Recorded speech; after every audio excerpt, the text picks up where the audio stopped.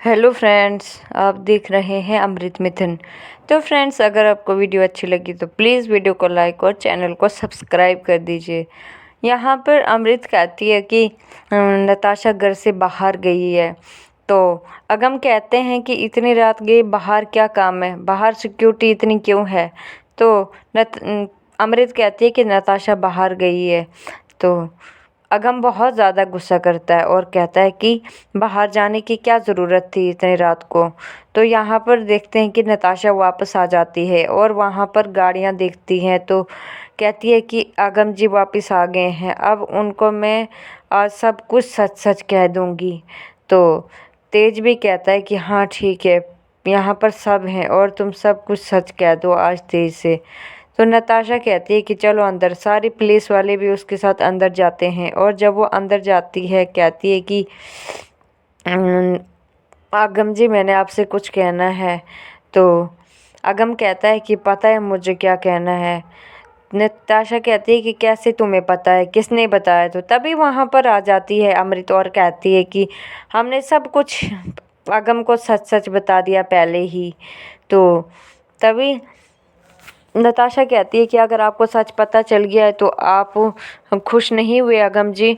तो अगम कहता है कि कैसी खुशी, इतनी बड़ी बात आपने मेरे से छुपाई। तो तभी अमृत कहती है कि कोई बात नहीं अगम जी, कोई मजबूरी होगी नताशा की, इसलिए ये बात छुपाई थी कि वो शादीशुदा है, उसका भी पति है। तो अमृत बहुत ज़्यादा खुश रहती है। नताशा हैरान हो जाती है कि मैंने क्या कहना था और इन्होंने क्या कह दिया।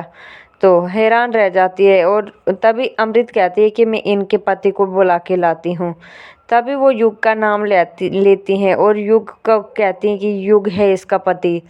तो नताशा हैरान हो जाती है और युग कहता है कि तुम मेरी आवाज़ पहचानो नताशा, मैं कौन हूँ।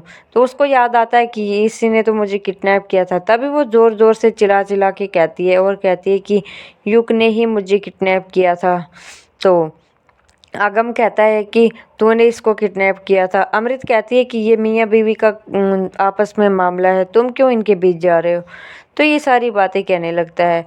युग कहता है कि नताशा मेरी बीवी है, ये तो कह रही है कि मैं इनका पति नहीं हूँ, लेकिन कुछ भी झगड़ा होने के बाद ये ऐसी ही कहती हैं कि मैं तुम्हारी पत्नी नहीं हूँ।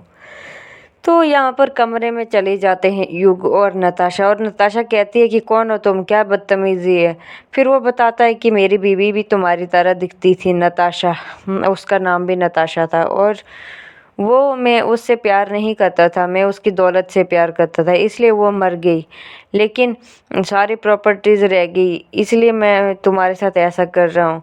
तो अगम यहाँ पर बहुत ज़्यादा परेशान रहते हैं और कहते हैं कि वो तो ऐसा कभी कर ही नहीं सकती नताशा, मुझे नहीं लगता कि युग उसका पति होगा। तो अमृत कहती है कि तुम्हें बहुत ज़्यादा बुरा लगा ना ये अचानक सुन के, हमें भी लगा था, क्योंकि जब हमने पहली बार सुना कि नताशा शादीशुदा है तो हमें भी बहुत ज़्यादा बुरा लगा था। तभी आगम कहता है कि नहीं, मुझे कुछ गड़बड़ लग रहा है, वो युग नताशा जी का पति हो ही नहीं सकता है।